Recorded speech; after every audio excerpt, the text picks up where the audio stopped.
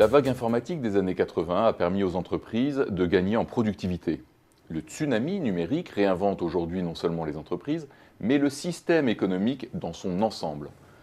Malheureusement, nos élites semblent encore en douter, au désespoir de ceux qui essayent de les convaincre. Pour en parler, j'accueille Nicolas Colin, issu justement du corps d'élite du ministère de l'économie et l'inspection des finances. Nicolas Colin, bonjour. Bonjour. Alors, est-ce que les élites doutent de la transformation numérique? Je pense qu'elles n'en doutent plus à l'heure où l'on parle. Elles ont pris conscience de cette transition numérique qui est à l'œuvre.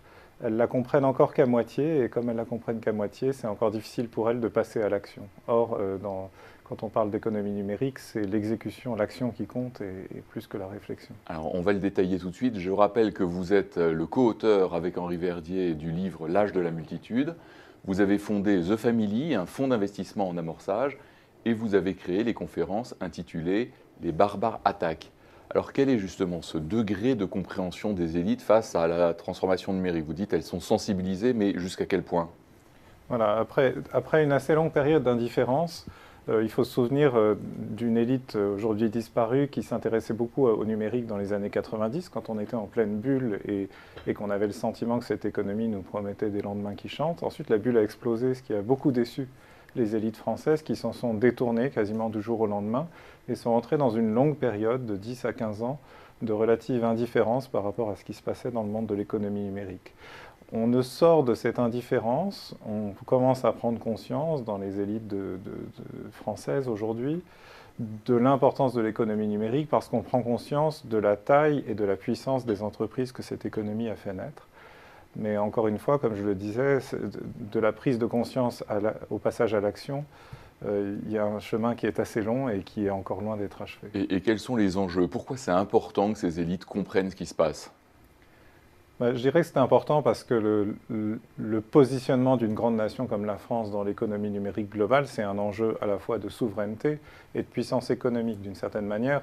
Ça paraît un peu vertigineux de dire ça, mais ce qui est en jeu dans tout ça, c'est notre niveau de développement demain. Serons-nous encore une nation développée ou glisserons-nous au second rang de l'économie? Est-ce qu'on va devenir ce qu'on appelle une colonie mondiale numérique? Exactement.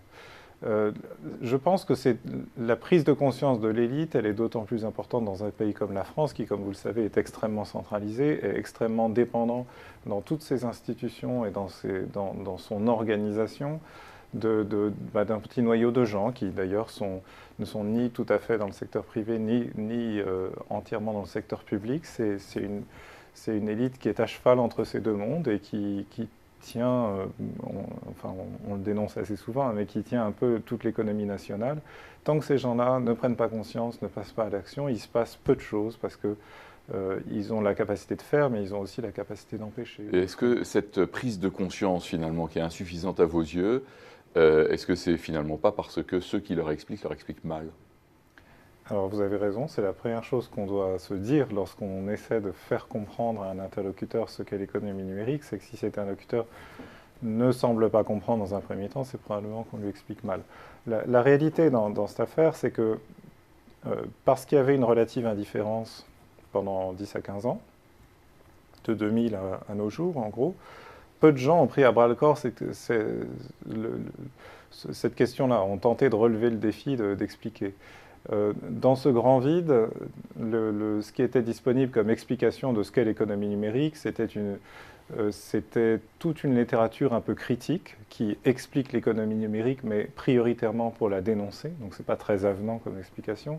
C'est aussi toute une littérature américaine, alors soit disponible en version originale, ce qui bloque un peu l'accès pour tous ceux qui ne veulent pas lire ou entendre en anglais, soit disponible en version française, mais là, on devient tout d'un coup dépendant de la traduction, c'est pas forcément bien traduit en français, et surtout, ça reste une parole d'outre-Atlantique. Et quand on parle d'outre-Atlantique, de l'économie numérique, on parle dans un environnement différent, dans une culture différente, dans un référentiel différent, et donc c'est intéressant, mais on ne rentre pas forcément en résonance avec un discours américain, parce nous ne sommes pas les États-Unis, nous sommes la France, et donc le discours qui nous vient des États-Unis peut être éclairant, il n'est pas forcément inspirant pour le passage à l'action.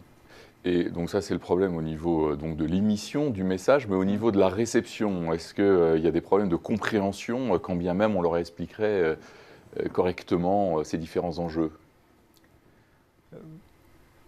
Quand bien même on investirait énormément, ce qui commence à être fait par beaucoup de personnes ici en France, dans l'explication, la compréhension de ce qu'est l'économie numérique, le cheminement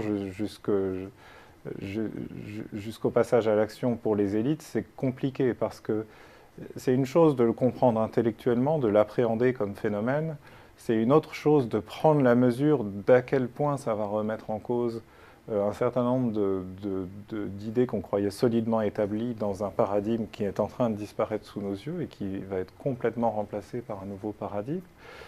C'est une troisième chose, enfin, d'admettre qu'avec la remise en cause des institutions, des concepts, de tout l'attirail intellectuel qu'on a mis en place pendant des décennies pour comprendre l'économie, va venir aussi la remise en cause des positions existantes, des rapports de pouvoir, de la puissance relative des acteurs. Et ça,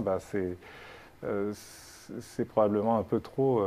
Mettre l'accent sur les risques plutôt que sur les opportunités, ce qui provoque des réflexes éventuellement de déni ou de protection ou de minimisation des phénomènes.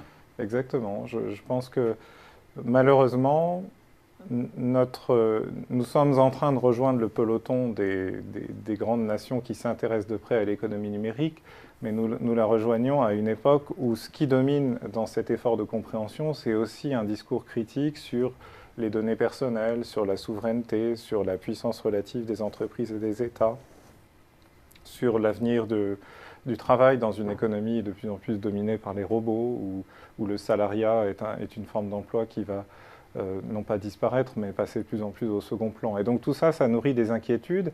Et avant même que nous ayons fait grandir notre propre économie numérique et nos grandes entreprises numériques, on est déjà submergé par cette vision critique de cette économie et donc d'autant plus empêché de passer à l'action. Alors en conclusion, Nicolas Colin, qu'est-ce qu'il faudrait faire? On a vu les difficultés au niveau de l'émission, au niveau de la réception du message. Alors qu'est-ce qu'il faudrait faire pour améliorer la pédagogie?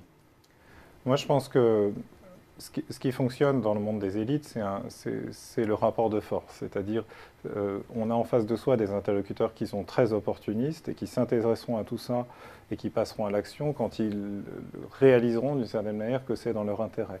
Donc tout l'enjeu, c'est d'établir avec ces interlocuteurs une sorte de rapport d'identification, leur montrer qu'une partie de l'élite, en fait, est déjà dans cette économie numérique. C'est ce qui s'est passé aux États-Unis. Hein. Des entreprises qui étaient des start-up sont devenues parmi les plus grandes entreprises du monde. Donc, du jour au lendemain, quasiment, le président Obama, les membres du Congrès, les puissances établies, les grands chefs d'entreprise ont en face d'eux non plus des petits jeunes qui développent des applications dans des garages, mais les dirigeants d'entreprises qui sont parmi les plus valorisés du monde.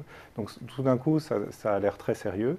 Tout d'un coup, ces gens-là, on les invite à dîner, on commence à discuter avec eux, à rentrer dans un rapport un peu de complicité, de compréhension mutuelle qui, de proche en proche, fait basculer toute l'élite. Je pense que ce qui nous manque aujourd'hui en France par rapport à ce qu'ont les États-Unis, ce sont ces grandes entreprises qui, ayant grandi depuis le territoire, ayant fait émerger une nouvelle élite, créent les conditions propices à cette révolution, en quelque sorte. Nicolas Colin, fondateur de The Family, merci. Merci.